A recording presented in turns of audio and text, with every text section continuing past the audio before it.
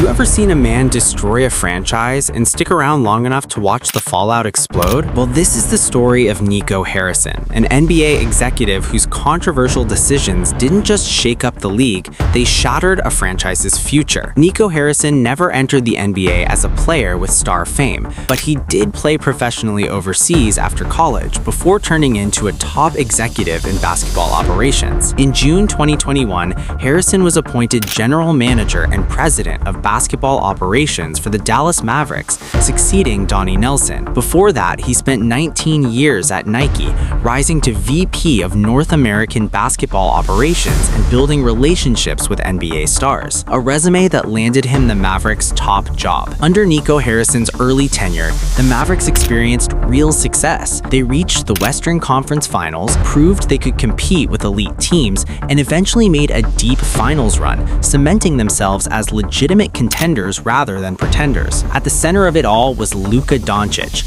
a once-in-a-generation talent who didn't just put up numbers, but dragged Dallas into relevance year after year. Luka wasn't just a franchise player, he was the franchise. Dallas wasn't perfect, but they were dangerous. Luka's offensive dominance, combined with a supporting cast built around spacing and playmaking, gave the Mavericks an identity that opponents feared. Every playoff series felt winnable because as long as Luka was on the floor, Dallas had a chance. The front office believed in that direction so strongly that in June 2024, Nico Harrison was rewarded with a contract extension, signaling stability, trust, and confidence from ownership. From the outside looking in, the Mavericks appeared set up for years of contention. A young global superstar in his prime, a playoff-tested roster and front office that had already tasted success.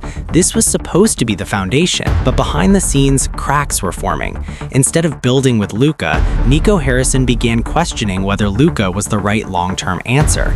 Concerns about defense, conditioning, and durability quietly grew louder, even as Luka continued to produce at an MVP level. And that's what makes what happened next so shocking, because franchises spend decades searching for what Dallas already had, and in just one decision, they gave it away. On February 22nd, 2025, the Mavericks pulled off one of the most shocking and controversial trades in recent NBA history.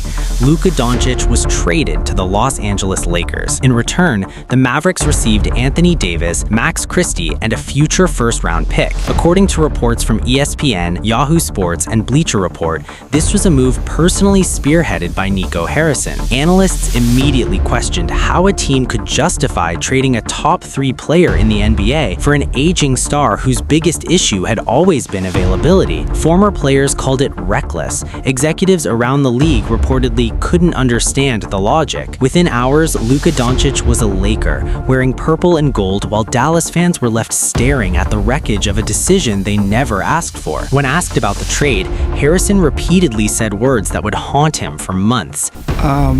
Well, one, I think I've done a really good job here, and I don't think I can be judged by the injuries this year.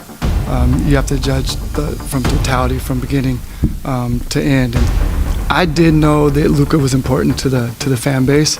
I didn't quite know it to what level, but really the way we looked at it is, you know, if you're putting a team on the floor that's Kyrie, Clay, PJ, Anthony Davis, and Lively, we feel that's a championship caliber team, and we would have been winning at a high level, and that would have quieted some of the outrage. But multiple outlets reported the Mavericks were also frustrated with Luka's health and conditioning, with Harrison pointing toward his missed games as a reason to rebuild around a different core. The reaction was instant and brutal. Mavericks fans were furious. Protests began outside the arena. Chants of "Fire Nico" echoed through the American Airlines Center at home games. The backlash was personal. Reports even emerged that Harrison received death threats from enraged fans after the trade.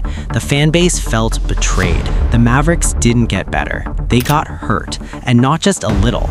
Anthony Davis, the centerpiece of the trade, suffered another major injury just weeks after joining Dallas, this time a left-hand ligament injury that could require surgery. Davis had only played 29 games for the Mavericks and was constantly sidelined, the kind of availability issue that turned this once proud franchise into a bottom dweller. Meanwhile, Dallas star supporting cast members also suffered injuries, leaving the team struggling for wins. Every loss brought louder calls: fire Nico, bring Luka back, this was the worst decision ever. Despite all of that, Dallas managed something odd. They earned the #1 pick in the 2025 NBA draft, selecting Cooper Flagg, a promising young player seen as a future building block.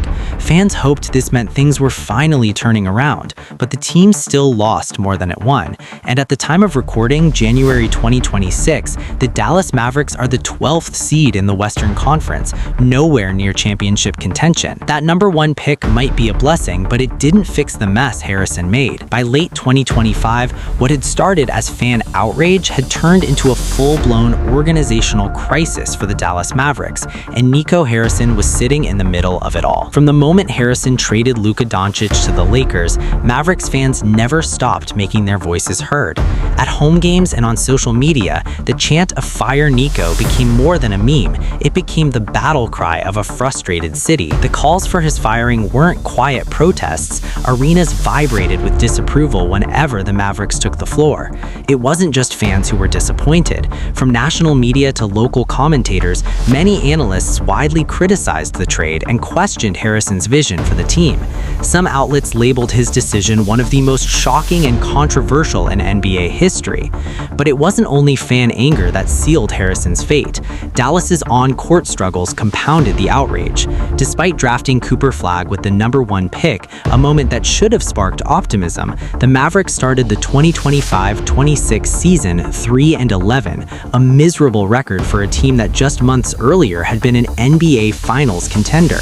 The disastrous start put added pressure on Harrison's already battered reputation. Owner Patrick Dumont eventually acknowledged that the club was not meeting expectations, and in an open letter to fans said that parting ways with Harrison was a necessary step to move the franchise forward and restore faith with the fan base. And so, on November 11th, 2025, after 9 months of intense backlash, poor results, and ongoing controversy, the Mavericks relieved Nico Harrison of his duties as general manager, ending an era marked by bold decisions, fractured relationships, and an unending fan revolt. So how will Nico Harrison be remembered? The GM who traded away a generational superstar, the man whose chase for defense and culture overshot common sense, the architect of a franchise downturn that saw injuries, losses, fan revolt, and chants for his firing, and ultimately, a man fired for his biggest decision. Many now consider him one of the worst GMs in recent NBA history. So here's the question NBA fans will debate forever. Was defense really worth trading away Luka Doncic, or was it a catastrophic miscalculation that changed the Mavericks forever? It's just sad the way he's talking right now. I never say anything bad about him, and I just want to move on. The fans, my ex-teammates always keep it hard. It's time for me to move on from that. Let me know what you think in the comments, and don't forget to subscribe for more truth-packed stories.